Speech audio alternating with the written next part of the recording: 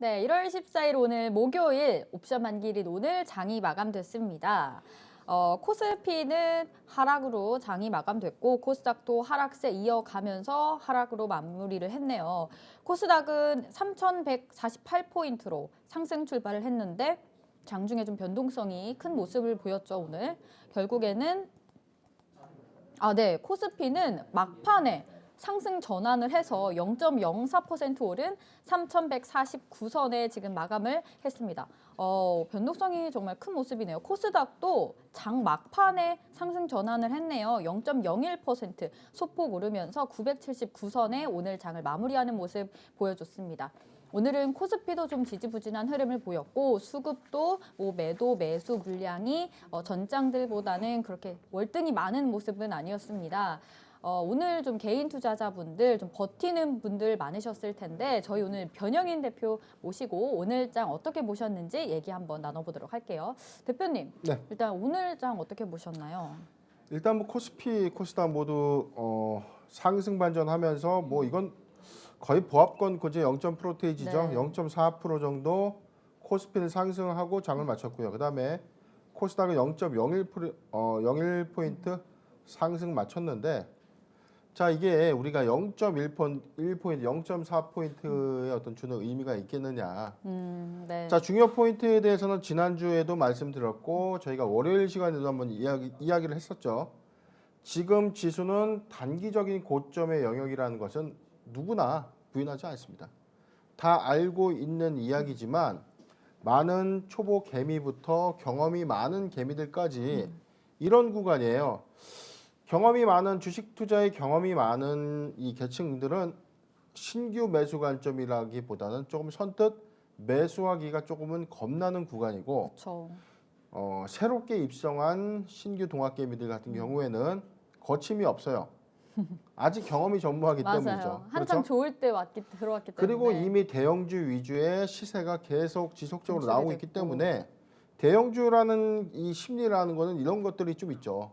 물리더라도 대형주에 물려 있으면 언젠가는 그래도 회복해 줄 테니 맞아요. 상대적으로 좀 안정적이지 않겠는가. 중형주, 소형주에 비해서 이런 생각들을 하기 때문에 대형주 수급 쏠림 현상이 좀 지나치게 있다. 그런데 1월 말 뭐 길게는 2월 한 초순까지는 구정을 기점으로 구정 전까지는 상대적인 이런 쏠림 현상이 조금 지속될 것이다. 즉 대형주 위주의 쏠림 현상이요? 그렇죠. 지금 사실은 뭐 대형주가 조정을 줬던 최근 월요일 이후의 구간에서는 네. 중형주, 소형주의 반등의 소폭이 있었다가 오늘은 다 중소형주, 대형주 할 거 없이 맞아요. 조정이 있었던 항목들은 좀 반등이 나왔던 구간이고 대충 시세를 좀 잘 이어갔던 종목들은 조정장 국면에 접어들게 되었다. 이렇게 좀 분석이 되는 대목입니다. 지금 뭐 차트를 보더라도 네. 지금 코스피 같은 경우는 3,149.93포인트에서 좀 장을 마쳤는데 오늘 네. 보면 지수의 최고 고점에서 3,159포인트를 찍었지만 3,137포인트 이 안에 박스권에서 왔다 갔다 한다는 거예요. 그게 뭐냐면 지수가 밀렸다가 조금 올라갔다가 밀렸다가 올라갔다가 이런 지루한 행보는 1월 말 길게는 2월 초까지라고 좀 분명 말씀을 드렸습니다. 그렇기 때문에 지금은 비중을 좀 늘려가는 계획보다는 차익 실현을 좀 하고 확보된 이 현금을 갖고 이 조정 국면 또는 급락 조정이 있는 국면에 조금 더 담아가는 그런 형태의 이제 계획 투자가 좀 중요해 보이고 만약에 중형주에서 소형주 종목이라면 신규 매수를 조금 포트를 적은 포트 즉 예수금의 비율을 좀 늘리는 그런 투자 전략이 좀 유효하지 않나 이렇게 분석이 됩니다. 네, 변영인 대표님께서는 이제 당분간은 3,100선 안에서 코스피가 좀 박스피를 유지할 거다. 박스권 안에서 좀 횡보할 거다라고 의견을 주셨습니다. 저희 오늘 한번 이 코로나 치료제 관련주들도 좀 얘기를 해볼게요. 그렇죠. 일단 셀트리온이 또 소식을 들려줬고 하지만 좀 전문가들 의견으로는 생각보다는 효과가 조금 미미하다라는 얘기가 있으면서 오늘은 좀 실망 매물이 쏟아져 나왔어요. 게다가 이제 셀트리온 이외의 좀 후발 주자들로 종근당도 그 치료제 임상 이상 결과를 내놨고 또 한국 파마도 오늘 상한가를 쳤는데 그 치료제 개발 관련해서 그 임상 시험 결과를 얘기를 하면서 상한가를 올랐어요. 이렇게 셀트리온 이후로 계속해서 치료제 종목들이 지금 나오고 있는데 어떻게 보시나요, 대표님? 일단 저희가 코로나19 치료제가 처음 우리가 치료제 개발을 좀 진행하겠다라고 공언했던 이 시점이 2020년도 8월 이후의 하반기였습니다. 정확하게 제가 기억이 나는 시점은 9월부터예요. 네. 9월부터 좀 본격적인 코로나19 치료제에 관련된 부분들을 선두에서는 녹십자, 그다음에 셀트리온, 그다음에 대형 제약사들 위주로 좀 움직였는데 사실 시초적인 부분은 녹십자가 가장 먼저 선두에서 좀 진행을 했었죠. 임상 2상에 먼저 시장 진입을 했었고 그런데 지금 시판도는 임상 3상에 도입된 결과치로 보자니 지금 셀트리온이 조금 더 빠른 앞서고 있어요. 행보를 좀 보이고 네. 있죠. 자 그렇다면 우리가 옥석 가리기에 대한 영역이 아니라는 겁니다. 제가 제약 바이오에 관련 특히 코로나19 치료제나 백신을 좀 논외로 할게요. 네. 우리나라에서 개발 계획 중인 어떤 퍼포먼스는 현재까지는 없었기 때문에 네. 글로벌 제약사들에 비해서 백신의 개발 속도가 좀 늦다는 점 이건 좀 논외로 하더라도 일단은 코로나19 치료제 부분인데 지금 GC 녹십자와 셀트리온의 2파전에서 대웅제약과 종근당까지죠. 네. 등등의 이 다른 제약사들까지 이제 가세한 그런 흐름들이 좀 있다는 거예요. 그런데 코로나19 치료제는 제가 말씀드렸어요. 이게 치료제가 개발이 돼서 100% 적용 환자한테 100% 완치가 될 수 있는 치료제야. 이런 것은 아니라는 거죠. 그쵸. 지금은 이렇게 보시면 됩니다. 바이러스가 창궐을 해서 이게 기하급수적으로 막 확 퍼져가는 거예요. 그런데 네. 이런데 중증 환자들한테 취약적인 이 코로나19가 이 취약 계층의 어떤 이 치료 방법이 없어서 사망하는 사례가 좀 늘어났다는 거죠. 우리가 유행성 어떤 병원성 이 질환에 대해서는 치료제 부분이 긴급하게 사용돼서 투약되는 그래서 우리가 코로나19에 감염된 중증 환자들한테는 혈장 치료 방식부터 해가지고 뭐 말라리아 치료제도 혼용해봤다, 뭐 심지어는 뭐 에이즈 바이러스를 치료하는 약까지 뭐 해봤다, 뭐 에볼라 바이러스 치료제와 한번 혼용해봤다. 차도가 없기 때문이에요. 약이 없기 때문입니다. 네. 그렇기 때문에 탄생된 이 코로나19 치료제를 즉 코로나19 바이러스를 타겟으로 하는 물질을 개발하게 된 건데 셀트리온과 녹십자의 경우에는 원래부터 이 제약사의 어떤 이 파이프라인이 좀 우수했어요. 즉 신약을 새롭게 만들어서 갈 수 있는 혈장 그다음에 혈원 치료제 부분에서는 두 개의 회사가 좀 앞서갔다는 거죠. 그런데 지금 뭐 종근당과 대웅제약도 다른 루트의 치료제 다르게 적용되고 있던 이 파이프라인이 실질적으로 코로나19에 효과가 있었다. 이런 점들 때문에 지금은 A라는 약이 100% 듣고 B라는 약이 뭐 90% 듣고 해서 90% 듣는 약은 코로나 치료제로 승인을 못해. 이게 아니라는 겁니다. 뭐 예를 들어서 이렇게 표현할게요. 뭐 감기약을 먹었는데 코로나19 치료제 완화 효과가 있다면 이게 치료제 효과가 있는 거죠. 그렇죠. 자, 지금은 긴급한 어떤 사항들이기 때문에 사용 승인이라는 이 긴급 목적, 사용 승인. 그 다음에 환자를 치료할 수 있다는 이 목표 의식 하에 개발이 된 약이기 때문에 수익성을 보장하기보다는 공공의 어떤 이 치료 목적이 좀 크다는 겁니다. 그래서 지금 잘못 알려진 인식 부분이 뭐냐면 네. 자 코로나19 치료제를 개발을 했습니다. 그럼 이게 코로나19 치료 효과는 일시적이라는 거죠. 코로나가 끝나면 이게 팔리나요? 아무래도 수요가 줄죠. 뭐 구비할 수 있고 비슷한 유사의 바이러스에 혼용될 수 있는 어떤 약물, 즉 파이프라인은 되겠지만 이게 10년, 20년의 어떤 회사의 실적 성장을 가져올 수 있는 약물은 아니잖아요. 네. 자, 이런 차이가 있다는 겁니다. 그래서 공공성을 토대로 개발되어 있는 이런 후보 물질들이 시장에서는 마치 수십 조, 수백 조의 어떤 가치가 돼서 돌아온다는 이런 착시 효과를 좀 준다는 거죠. 그래서 이제 그 기대감 때문에만 상승을 하게 된 건데 지금 셀트리온, 그다음에 지신옥십자, 대웅제약, 종근당 등의 이 다른 제약사들로 지금 임상 2상 결과가 속속 나오고 있습니다. 지금 사실은 제일 빠르게 지금 움직이고 있는 게 셀트리온이 개발한 코로나19 항체 치료제라고 불리우는 바로 레키로나주가 지금 1번으로 지금 가고 있다는 움직임이죠. 네. 그다음에 지신옥십자가 지금 준비하고 있는 약물이 또 있죠. 네. 종근당이 또 개발 중인 나파벨탄. 그러니까 여러 가지 지금 각각의 이 후보 물질들이 다른 효과적인 부분으로 코로나19 치료 효과가 있다. 이게 글로벌 임상이든 국내 임상이든.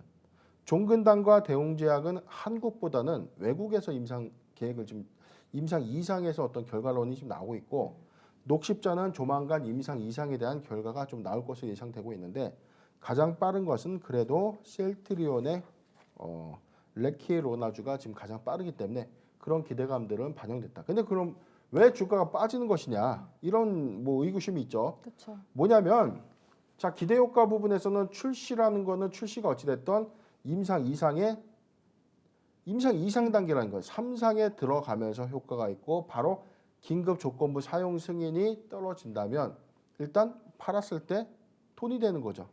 자, 그런 관점이라면 그때는 바로 주가가 급등이 아니라 재료 소멸 관점이 되는 겁니다. 그러니까 너무 선반영이 될 그렇죠. 수도 있다는 거죠. 주가는 너무 임상 1상, 2상 때 네. 이미 선반영은 된 거예요. 그렇기 때문에 지금 임상 3상에서 시판허가가 떨어진다고 해서 지금의 두세 배를 기대하는 갑자기 것은 또, 네. 조금 무리지 않느냐. 자, 이런 부분이고, 재미있는 리포트가 하나 있었죠. 네. 하나금융투자연구원이 레키로나주는 셀트리온이 신약 개발 역량이 충분히 있음을 보여주는 사례다. 그렇지만 실적 개선 효과를 기대하기는 한계가 존재한다. 이게 아까 뭐냐면 대표님이 얘기하신 거네요. 그렇죠. 코로나19 치료제에 대한 냉철한 판단이 필요하다. 이게 뭐냐면 제약바이오 회사의 가장 큰 모멘텀은요, 새로운 파이프라인을 개발해서 이게 약으로서 시판 허가가 돼서, 즉 상품이 팔려서 돈이 들어와야 회사가 좋아지는 건데, 자, 생각해 보십시오. 우리가 하나를 먹었더니 갑자기 체중이 30kg가 빠져요. 너무 다이어트가 좋겠네요. 필요 없습니다. 실컷 먹어도 살이 빠집니다. 그런 약이 나왔 근데 이 알약 하나에 100만 원이면 네. 사 먹는 사람 줄 서 있습니다. 그렇죠. 그렇죠. 1000만 원이면 열심히 그래, 돈 줄 모아서 할 수 있는 사람 많죠. 할부 그런 인생으로 것처럼 줄설래요. 자, 약의 즉 파이프라인의 이 가치가 직접적인 실적, 즉 지금 회사가 성장할 수 있는 이 재원으로 반영이 될 때 주가의 상승이 2차, 3차 상승 여력으로 갈 수 있는데, 지금은 치료제가 나온다고 해서 이게 갑자기 반영이 뭐 되지 전 않을 국민한테 거다. 다 맞힐 수 있는 건 아니죠. 네. 코로나19에 확진돼 있는 중증 환자를 대상으로 또는 코로나19의 어떤 이 심각한 경증이라고 하더라도 필요하다면 치료제가 사용될 수 있는 거죠. 극히 이 팬데믹 현상 안에서만 사용될 수 있다는 점. 이게 매출의 어떤 성장성에는 한계가 있기 때문에 아까 말씀드린 뭐 코로나 백신이든 치료제든 이런 부분들은 네. 사익을 우선하기보다는 공익을 우선한다는 점, 이런 것들 때문에 우리가 너무 치료제나 백신에 열광해서 여기서 2배, 3배의 어떤 가치를 기대하는 것보다는 셀트리온이 본연적으로 보유하고 있는 이 램시마, 이 파이프라인의 성장성에 주목을 해야 된다. 이렇게 이제 보여지는 대목이죠. 네. 그러면은 이렇게 뭐 코로나19 백신, 치료제 이런 바이오주가 관련해서 지금 이미 그러니까 너무 장기적인 관점으로 보지 말고 일단 코로나 팬데믹에 국한된 상황으로 봐야 한다라고 말씀을 해주셨는데, 이미 좀 변동성이 큰 모습이잖아요. 뭐 임상 1상이나 2상 결과에 따라서 되게 급등하고 아니면은 뭐 그 결과에 따라서 또 많이 빠지고 그런 변동성이 큰 모습을 보여주고 있는데, 그러면 보유자분들은 이걸 어떻게 대비를 하는 게 좋을까요? 어렵게 이야기를 하면 우리 시청자분들이 좀 헷갈려요. 그냥 간단하게 정리를 좀 해드리겠습니다. 네. 즉 제가 하고 싶은 얘기는요, 임상 2상 기대감 때문에 올랐다가 다시 조정을 받았어요. 즉 임상 2상에서 좋은 효과가 있었고 임상 3상 조만간 들어간대 네. 라고만 발표가 돼 있죠. 맞아요. 아마 제일 먼저 셀트리온 승인될 것 같아. 재료가 나온 거예요. 노출된 이미. 순간 차익 매물이 나올 수밖에 없는 거죠. 그러면 제로 소멸이냐? 아니죠.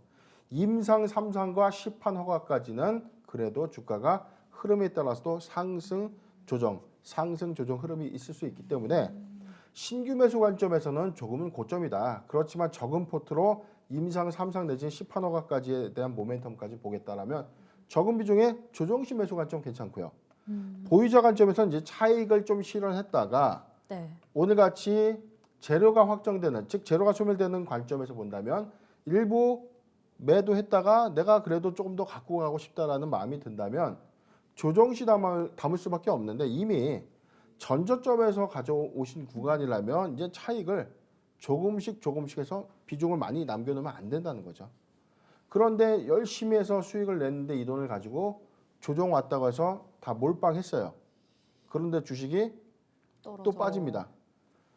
수익을 그동안 보셨던 수익을 고스란히 다 반납을 하게 되는데. 반납하면 남는 게 없는 겁니다. 그러네요. 자, 그런 관점의 투자는 좀 적절치 않고 자, 임상 3상과 시판 허가라는 어떤 이 모멘텀은 유효하다. 그렇지만 고가에 형성되어 있는 이 주식은 조정 구간이라는 걸 예측하기 어렵기 때문에 주가가 많이 빠진다는 전제 하에서는 또는 기사가 달콤할수록 일단 던지고 봐야 되는 겁니다. 자, 그런 관점으로 투자를 하셔야 되고 그리고 나서 조정 구간에서 주가가 횡보하는 구간에는 조금씩 모아서 다시 다음의 모멘텀인 임상 3상과 그다음에 뭐 시판. 긴급 사용 허가 승인 이 부분도 하나의 모멘텀이 될 수 있다. 이렇게 정리가 되겠습니다. 네, 백신이나 치료제처럼 코로나 관련주는 모멘텀이 아직 남아 있으니까 뭐 신규 매수하는 입장에서는 좀 고점일 수는 있고 하지만 기존의 보유자분들은 조정일 경우에 조금씩 매수를 조금씩 분할하면서 가져가는 것도 아직 모멘텀이 남아 있다면 괜찮다고 얘기를 해주셨네요. 저희 이제 바이오주 얘기까지 했고 오늘 장은 변동성이 좀 큰 모습으로 좀 개인 투자자분들이 많이 버티는 장이 되지 않을까 싶어요. 개인은 사들이고 기관은 덜어내고 하는 모습이 계속 이어지고 있는데 이 시점에는 또 외국인의 매수 유입 흐름도 좀 중요하지 않을까 싶습니다. 오늘 목요일 마감장까지 살펴봤고요. 마켓나우는 오늘 여기까지 할게요. 저희 다음 주 월요일 마켓나우로 다시 뵙겠습니다. 이어지는 코너도 프로그램도 계속 있으니까 여러분 끝까지 시청해주세요. 저희 나우경제TV 댓글, 좋아요, 또 댓글도 많이 남겨주시고 좋아요도 많이 눌러주시면 감사하겠습니다.